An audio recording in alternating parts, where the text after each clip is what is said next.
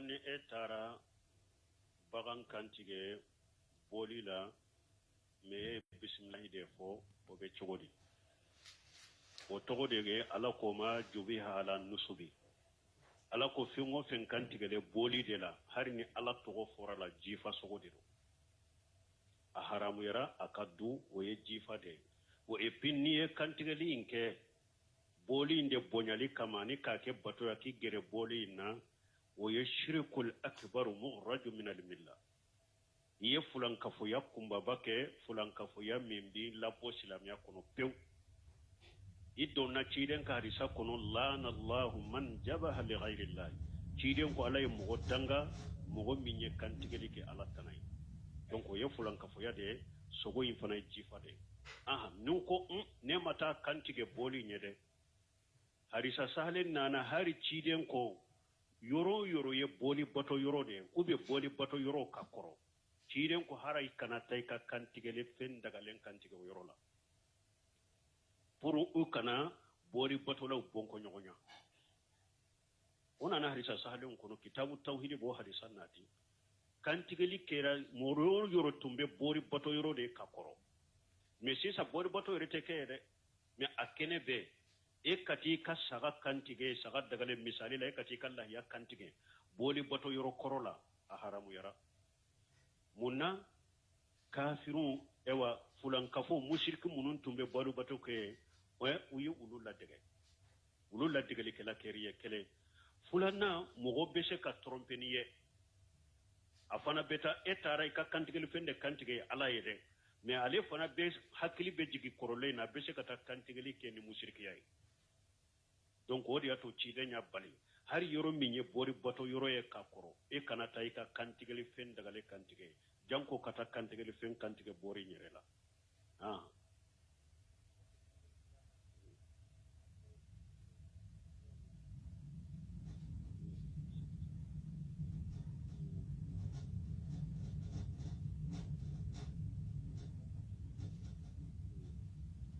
bon ko yinin kali fulanna minye duwawu iftitahi sala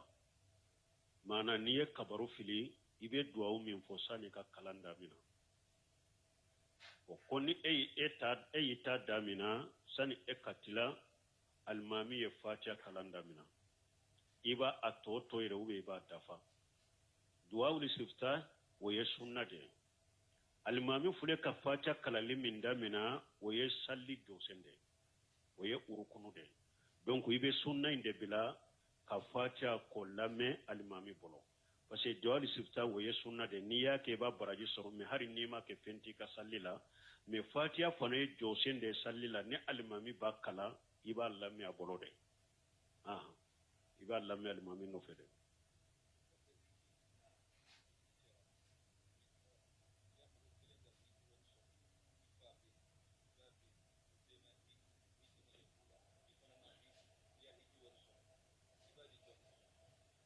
bon ko hiju wakati nana asurunyana mogo mi hiju wori be e bolo me eyere ma hiji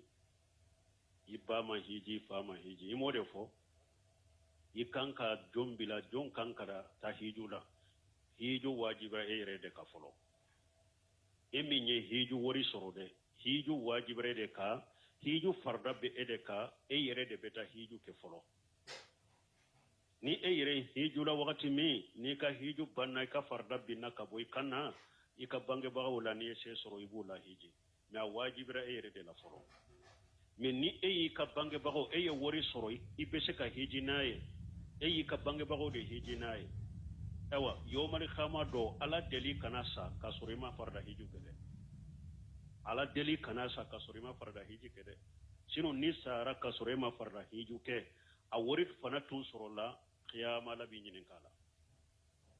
ala mi nyinin ka hiju farda la parce que farda ye ede kata folo e mi nyi wori soro donc e ka farda binne ko fede ibe mo wore take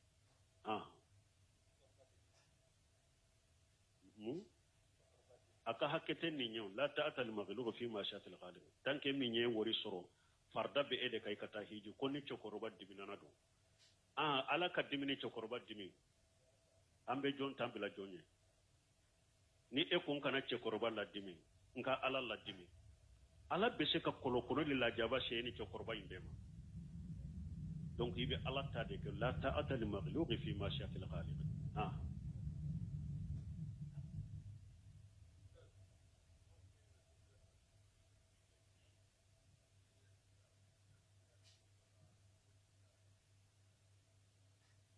bon comme mɔgɔ min bɛ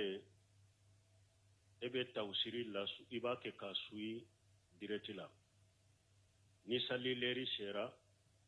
yala e bɛ salli o bɛ continuer derso de la ala ka farda de bɛ fɛn bɛɛ ɲɛ fɔlɔ janko ni ye cɛ ye jama salli wagati de sera ja ko ta jama salli de ta farda in de di fɔlɔ donc ni min fule nin ye nin tɛ wajibi e kan ewa e pin derso in fana tɛ dani kɛ fana ni e hari e ma sɔrɔ direct la i b'a ni derso kɔfɛ a dafalen bɛna i ma i bɛ se ka récupérer donc mɔgɔ tɛ ala ka farda to ye ko i bɛ derso lamɛn dɔɔnikɛbaaw ko min ye nafila sallu ni nafila so dɔɔni ɲini bɛ wulu ɲɛ ala ka farda tɛ dɛ mais nafila salli ni n'a y'a sɔrɔ nafila salli de don derso lamɛnli bɛ o ɲɛ imamuna ahmadu ko ilmu la ya'diluhu shay a ko dɔɔni ni foyi tɛ kɛlɛ ɲɛ ya sahati niyati sahibu a ko n'a tigi ŋaniya ɲana don dɔ la ko maliki n'a ka kalandenw bɛ kalan na dɔ wulila ko a bɛ salli maliki ko i bɛ min kɛ i bɛ nafila kɛ a ko i bɛ min na i b'a kɛ ka bɔ min na ko i bɛ taa min na i bɛ min na kawusa ko e bɛ taa ko i bɛ min kɛ i bɛ dɔɔni ɲini min na o kawusa ayiwa nafila salli ye donc dɔɔni ɲini bɛ nafila salli ɲɛ dɔɔni ɲini kawusa nafila suw ɲɛ mais min ye ala ka farda ye o bɛ dɔɔni ɲini i bɛ ala ka farda de kɛ n'o wagati sera mais n'a y'a sɔrɔ nafila salliw de don i bɛ se ka continuer i ka derso la parce que dɔɔni ɲinini nafa n'a fasamantiya bɛ nafila salli ɲɛ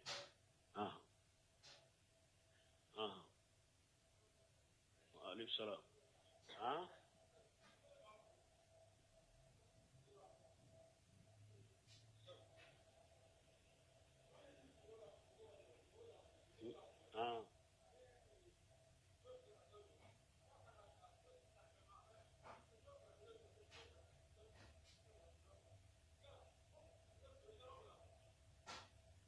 ko mɔgɔ min ye dugukolow sako bila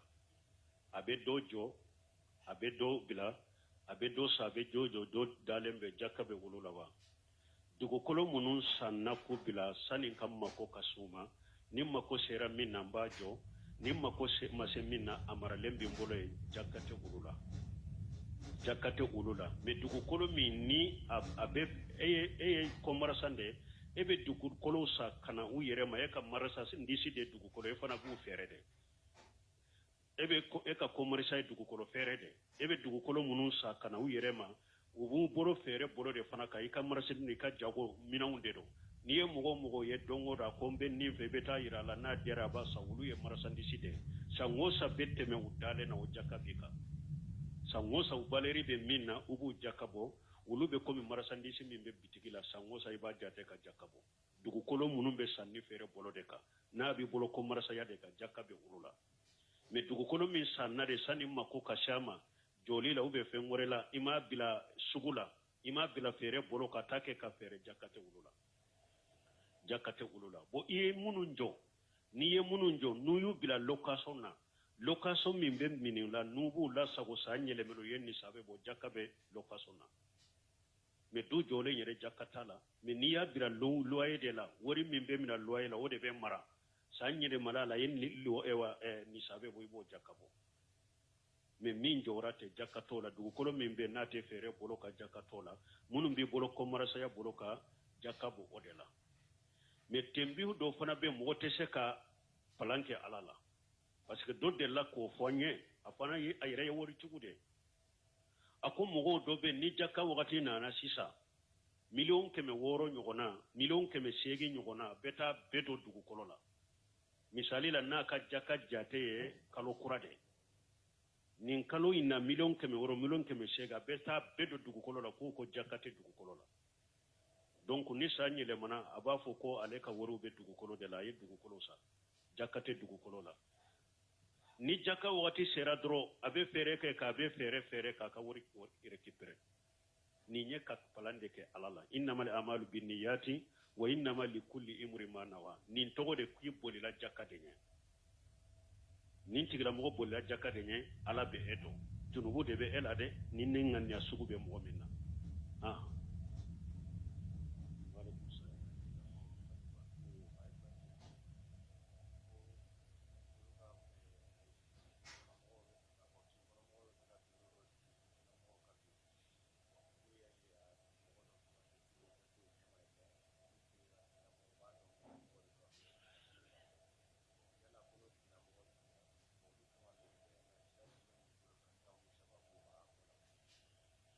ni jɔn sigira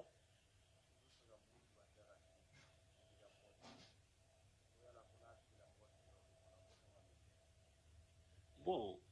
ɲininkali nana ma cogo min ko jamakulu dɔ kɔdowara ko olu ko u b'a fɛ ka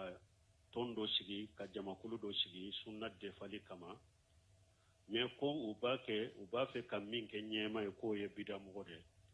ko n'o kɛra ɲɛma u bɛ cogo di o tɛ sunna dɛmɛli ye tuguni o tant que n'aw ka bɛ jama fara ɲɔgɔn kan aw taara min kɛ ɲɛma o ye bidamɔgɔ ye aw tɛ sunna defali la n'a bɛ sunna defali la sunna yɛrɛ ni bida bɛ fara ka bɔ ɲɔgɔn na de min bɛ jamana ninnu kɔnɔ k'a bɛ sunna ni bida fara ɲɔgɔn kan o tɛ se ka kɛ o la testamiw diddan sinama fula tɛ se ka fara ɲɔgɔn tasuma ni ji bɛ se ka ɲɔgɔn sɔrɔ minɛn kelen kɔnɔ wa Sheikhul Islam Ibn Taymiyyah ko n'i ye sunna sibirinya kɛlɛ kɛ yɔrɔ dɔ i ye bida dɔ de kɛ n'i ye bidiya sibirinya kɛlɛ kɛ yɔrɔ min dɔrɔn i ye sunna dɔ de kari u tɛ se ka fara ɲɔgɔn kan badan sunna ni bidiya tɛ se ka fara ɲɔgɔn kan badan donc sunna a bɛ groupe de la ka sunna mɔgɔ ɲuman o yɛrɛ min ka farin a bɛ diina dɔn a bɛ delilaw dɔn a b'o de kɛ a ka ɲɛma ye sunna la a yɛrɛ b'a dɔn min bɛ se ka sunna fɔ a ɲɛ ɲuman kan a bɛ se ka weleli kɛ ka taa tawhid ma ɲɛ ɲuman ma diɲɛ kanubaga tɛ taa ɲinina tɛ palasi ɲinina tɛ ala ɲɛ siranɲɛbaga dɔn sinna kanubaga dɔn a dugu sunkun kɔnɔ n'a kɛnɛmala bɛɛ a bɛ ninnu de ɲini k'u ka ɲɛma ye sunna la sunna bɛ defa o de la mais ni jamakulu fara ɲɔgɔn ko sunna dɛmɛli a taara bidamɔgɔ kɛ ɲɛma a ye sunna karibagaw de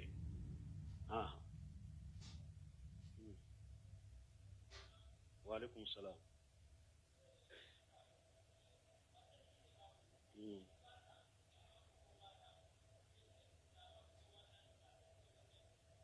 ko mɔgɔ dɔ marasandisi b'a bolo a b'a feere ni e nana a ma marasandisi ni warijɛ dɔ a b'a fɔ 1000 mais n'i b'a ta juru de la 15,000 o bɛ cogo di dɔɔnikɛbaw ko baasi tɛ nin na a ye bɛn kelen kan dɔrɔn a ka fara kelen kan sisan ne b'a ta warijɛ i ka 10,000 filɛ a b'i ka minɛn ta a bɛ fara ɲɔgɔn na ou bien sisan warijɛ tɛ ne bolo an k'a kɛ juru ɲɛ n b'a ta 15,000 baasi tɛ nin na n'a farala kelen kan minnu b'a fɔ ko bayyatani fi bayyati wahidi nin t'o ye dɔɔnikɛbaw ko nin tɛ bayyatani fi bayyati wahidi nin ye de sanni feere la dɔrɔn prix 2 de fɔra prix 2 y'a tigi bila kaso la nin tɛ sanni feere sanni kelen kɔnɔ dɛ nin ye de prix 2 de fɔra kiliya ɲɛ nin mina prix 2 de b'a la sɔngɔ 2 de b'a la o sɔngɔ 2 i b'i suwa la n'i yɛrɛ ye sɔngɔ min ta a sɔngɔ dɔ bɛ 10,000 o ye sisan i b'u minɛn bɛɛ d'i ma a sɔngɔ dɔ bɛ 15,000 o bɛ se ka kɛ juru ye kalo kelen san kelen i y'a tigi bila suwa de la sɔngɔ 2 ni ɲɔgɔn cɛ donc n'a a yɛrɛ ye kelen min suganti a yɛrɛ la farala ɲɔgɔn kan o la baasi t'o la min ye Ibn Qayyim a ko bayyatani fi bayyati wahidi o bɛ sabati feere min na bayyiliina a ko feere 2 feere kelen kɔnɔ o hadisa o bɛ sabati feere cogo min na o ye bayyiliina de maana e nana minantigi la telefoni la sisan e ye telefoni yusa bolo 15,000 ko kalo kelen i bɛ na nin ka 15,000 ye telefoni e ma tare a dalen tora i sagira k'a fɔ a tigi ye bon ne fana y'a feere e ma sisan 10,000 ale y'a feere e ma 15,000 sani kalo kelen e ma hari telefoni ta e fana ko telefoni tigi ma ne fana sagira ka feere e ma 10,000 a bɛ 10,000 ta k'a d'i ma mais kuma laɲini ye mun ye mais kalo kura ni e bɛna ni 15,000 ye ninde fule fere kele fere fula kono parce que ciden ko ni fere choko min fule ninye ako ina iribata ube ina songo fitininta fere fula de fule fere kele kono bayle ina bon ninde haramu ye parce que ninye fere de kata iribama pour ite se kana jeka ko karasa watan juru dolna kalo kuramba sara watani duru na utese ko fo ko ke benya na uba fu ninye iribade aye mina indwani nyogonje pour kal ko intunu mogola talfoni nya fere ema watani duru kalo kurebe na watani duru esa gra ka fere ale yirema wata abele be watan jeta ka de ema ebeta mi ale ka talfoni matare adalembe me kalo kura ene watani duru bena ninde fere fula fere kelen kono ninde haramu ye me ale ye fo chogo min fo bashi tola na farla kelenka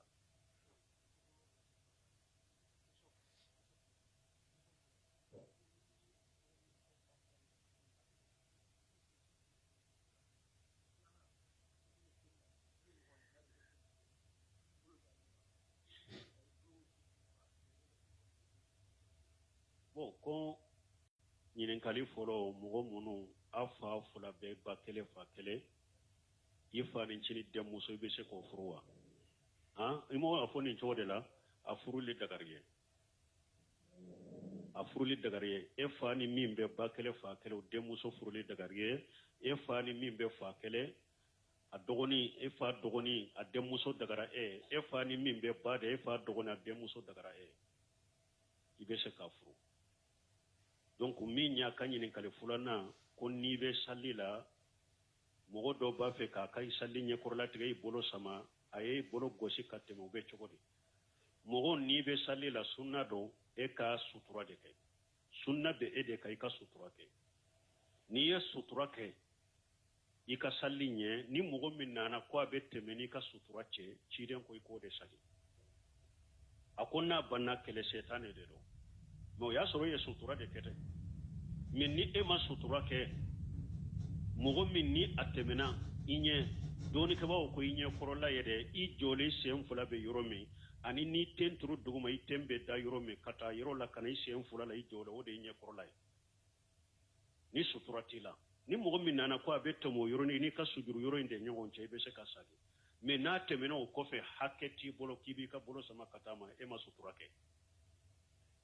sutura ke haketi bolo ko iba sagi hakke bi bolo ka mogo sagire na ko be temene ka sutura de che ube i jole ni ma sutura ke i tenda yoro ani jole sem fula jole be yoro min na ko be na temo che ube ni be tapika na ko be na teme ka tapika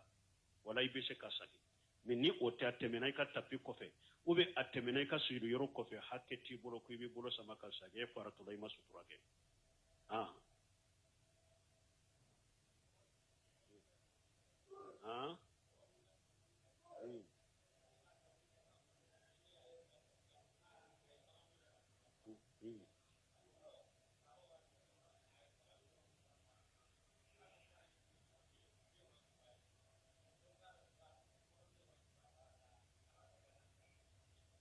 ko mogo munun be mawlidi ke ko ba delilo ke ko cide ko aye nyame bi woroni saba faga ko ako ale sambi woroni sabade atigi ye galon fo ni rola cide te ko dogolendo cide masa ale ba si hakke fo togodi cide te kaybudo cide ma fo mo si ko ale si te teme sambi woroni sabaka amo fo mo nunu fana e wasara aka hiju labane hijira konontona me cide mba fo ko ale si sambi woroni sabai togora te ko dogolendo ala mo fo woyen galonde ye folo fulanna ciden kan nyame kantige to bi woroni sabate de nyame kemede do ani ali de jendo hadiya de do aforu ka ko hadiya de ama fu ka ko maulidi nyame de abesi hadisi jaimbe sahi muslim ko ani bukhari jabir ibn abdullah hadisa nyame keme ali ibn abi talib de tara nyame nunun ta yeyman anu nana nyame keme ani ciden de jondo ciden ye ewa hiju ke nganya kene inqiranu de ali ibn abi talib ni nyame unale ani aba musa la sari de tara nyame usa ako ewa cide ma ko ne ye namuta ni cide ye namuta ni minye ne ye namuta no ye awa cide ko alima ete sika namuta ko de parce que hadiya beneni ebe bolo ambe intiranu de donc nyame keme cide na ali de jendo cide nye bi woro ni saba kantige bolo ye aya murudi alima ka to kantige nyame keme do bi woro ni saba de nyame keme do fula de jendo uka hadiya ema tuma met dilene nyame nunun kantige la hadiya de do nyame keme aku ka sogo moroso tiga kelen kelela uku do daga kono ka tobi uyudo daga kono ka tobi cide nya ados aso dodo asogola ka domi anajila parce ka hadiya fo yire ka dodo ala de nyame keme imbe moroso tigra kelen kelela donc o te bi woroni sabay galon tigela wo de cide nya nyame keme de kantiga ni ali de jendo ni nya joliye fula o sabana nyame nunun kan tigera sallibat tile tanade ulube ciden kam mauludi kay kalo jumana ha arabil awwala bon ninte fulayba sallibat tile tanade nyame nunun kan tigera makka yawman nahari nyame kan tige yoro la kan sogo yoro kan sogora yende o kan sogora yende o makkan sogo hijido o makkan sogo arabil awwala tan fulana la ni yajole saba bon nani na ciden kan nyame kantige dara sankele da amake sanyelema na kantige aka hiju laba dura ya kantigo de la amake sanyelema ana nyame kantige o make donc maulidi kala be ko kuma bubula be subhana be abe subhanin galo anyo de fo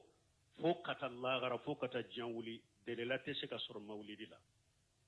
mbake dro bidia do mbin sagola mbake dro mbin ka fenyini na mbake ani ko ibe derila nyina la wa fo katisa ite della sur maulidula imamuna maliki ko al yawma akmaltu lakum dinakum wa atamamtu alaykum ni'mati wa raditu lakum al-islam dina ni aya jigna ciden ka hijul laba yirede arafa imamuna maliki ko ni aya jigito min tunte dina kono akobbi wote sika te dina ni aya jigido maulidi tunte dina kono hari imam na maliki te maulidi do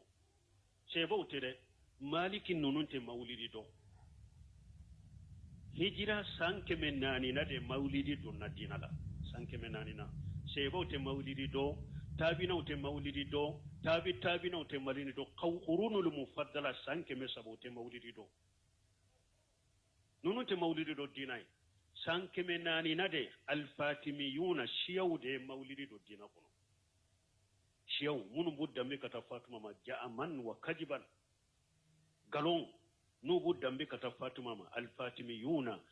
misra yijibiti hijira sankeme nani na ulude ye mauludu kiriye ka do dina kono dina dote fo kata janwule ate sika ke dina fo kata janwule delila te sorala abe subuhanin galon dilale سبحانك اللهم ربنا وبحمدك اشهد ان لا اله الا انت استغفرك واتوب اليك